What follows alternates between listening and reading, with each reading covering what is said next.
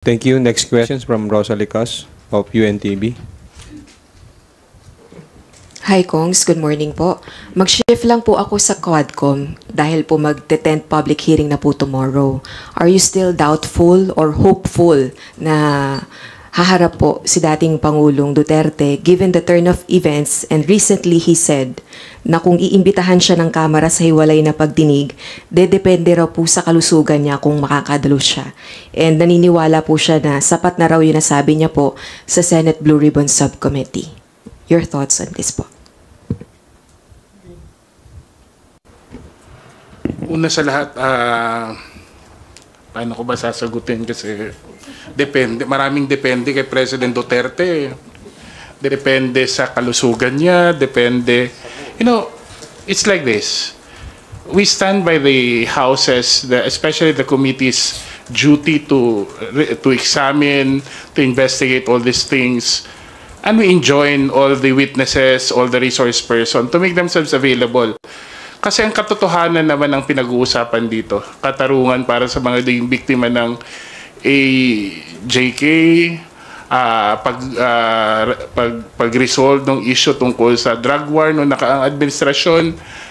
Hindi po ito korte, katulad po ng sinasabi namin, pero ito po yung mahalagang bahagi ng ating collective na pagnanais na ma-resolve, mabigyan ng, makamtan natin ng katotohanan kung ano talagang nangyari and to hold people accountable. Malaking bagay po yun. At si Pangulong Duterte bilang Pangulo nung panahong yun ay napakalaki sana ng kanyang maitutulong. Alam mo, minsan hindi ko na alam kung kailan siya nagjo-joke o hindi. But you see, the former president appearing before the committee should not be in the business of making jokes. This is no laughing matter. The lives lost is not a joking matter. And I hope that if ever, hindi ko na lang isipin kung darating siya o hindi, pero sakasakaling dumating siya, I hope he gives it the same seriousness and the same attention that the issue deserves, no?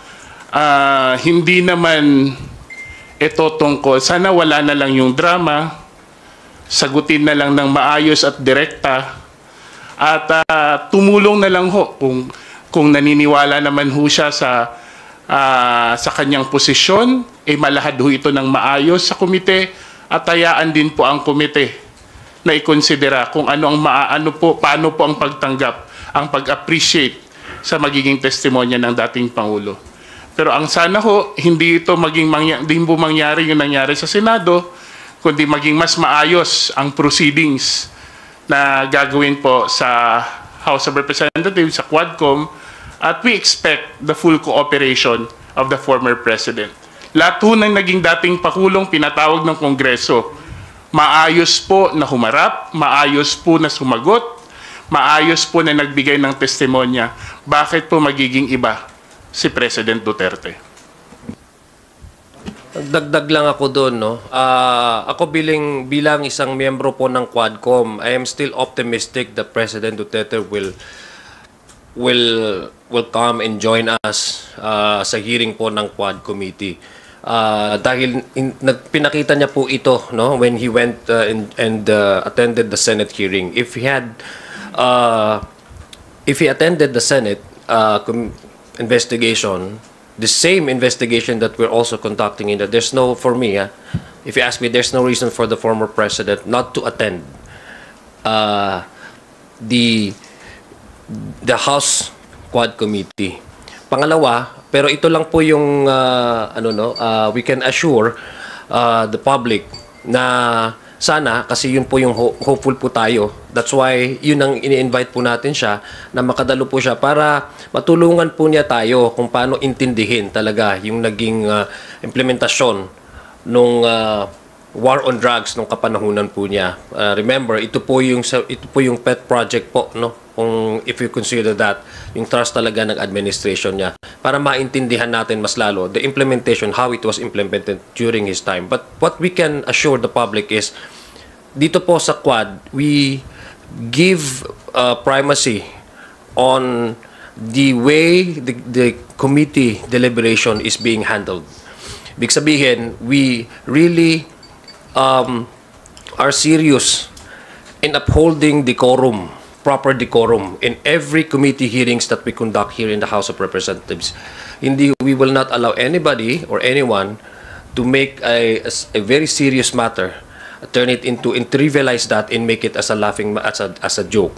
That number two, we will not allow anyone or anybody to swear or to curse, especially if we're talking about lives lost and the implementation of a state policy.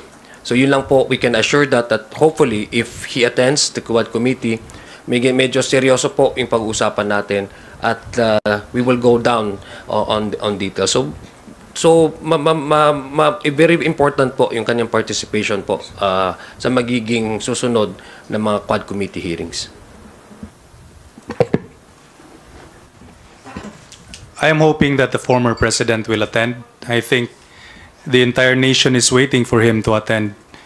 Kasi para sa akin personally, mas maganda kung marinig natin galing kay former president mismo at maraming mga bagay na pwede pa niyang ma-shed light regarding the entire thing. And I would hope that if he ever attends, that he would not prefer the comfort of admiration over the challenge of accountability.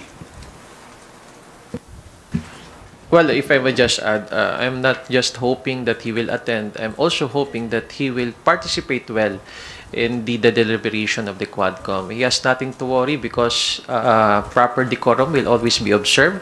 And of course, somehow he will be treated also some leniency because as being a former the president, due courtesy will also be given to him. If he wants to be subjected to questions, he will be on the first line of the resource persons to be questions, and after which pwede na po mag-exit.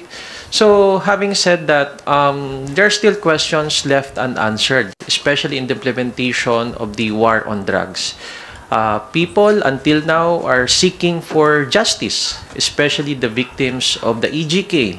So I guess once and for all, we're really hoping that he will attend because yung magiging testimonya po ni Pangulong Duterte dito ay malaki po yung papel at this will answer all the questions na kailangan po mabigyan ng linaw. Hindi lamang po para sa taong bayan, pati po mismo doon po sa pamilya ng mga biktima po ng EGK. Mag-follow up lang po ako dito rin po sa issue ng EJK sa anti-drug war. Si Senator Bato de la Rosa po, tutol po siya doon po sa sinabi po ni SP Escudero na kung justified po yung reason para po magbigay ng certification sa transcript ng Senate hearing on war on drugs, wala naman pong problema kay SP Escudero, pero kay Senator Bato, may problema sa kanya kasi it shows something else na nakikipag-cooperate na po tayo sa ICC, although hindi na po tayo member nun. May we get your thought on this po?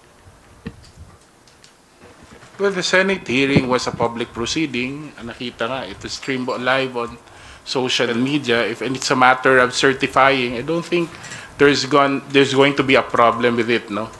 I don't see the point of the good senator kung bakit ayaw niya. It cannot be misconstrued as cooperating because other than what actually happened and what actually has been said, wala namang idadagdag doon. It's a matter of certifying lang. At kung naniniwala naman na yung katotohanan ay naisabi, kung totoo yung sinabi doon sa Senate hearing, kahit kanino pa i-submit yun, hindi naman magbabago yun eh. Ang katotohanan will remain to be the truth. And if Senator Bato de la Rosa is confident about it, why would he worry about it if it's presented at another forum?